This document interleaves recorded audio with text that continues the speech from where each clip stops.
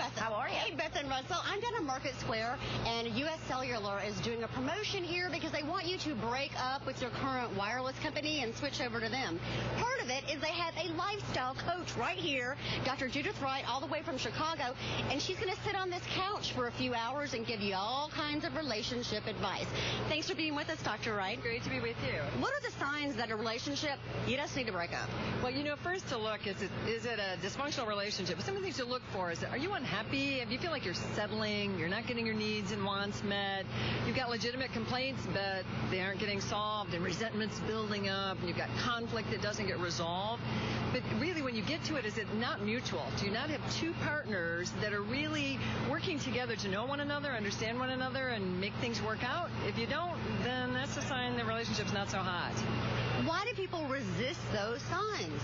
I know, it's really interesting. I think there's several reasons. One is where relationships become like habits. We get used to them. They get kind of comfortable even if they're bad. And we have what the behavioral economists call loss aversion, where we're more afraid of losing something than being excited about what we could gain. And it's interesting because U.S. Cellular did this study of people, the consumers of different wireless services. It's interesting what they said is, well, I'm not happy, but I'm not going to change because it's too much hassle. I don't want to go through the trouble. All the carriers are the same, and I don't want to sign a new contract. But if you look at that, that's the same thing we do in our personal relationships. I don't want to go through the upset of letting go. Maybe there's nothing better out there, and I'm afraid of commitment. But then we stay in relationships that aren't serving us. So the last time I broke up was back in college a million years ago. Is there a right and wrong way to break up a relationship? Well, part of it is to communicate all along. When you're not waiting and letting it build up, and then kabam, and it's just like, I've had it. It's really like negotiating for your needs and wants during the relationship. What do you like? What don't you like? Testing it as you go along.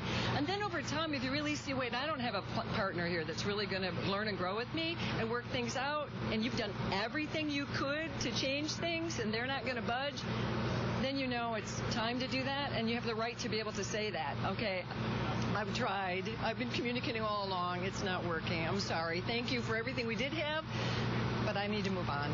Thank you so much, Dr. Wright. You can come out here and join her on the couch here at Market Square. She'll be here until 7 o'clock with all kinds of breaking up is hard to do, but you got to do it advice.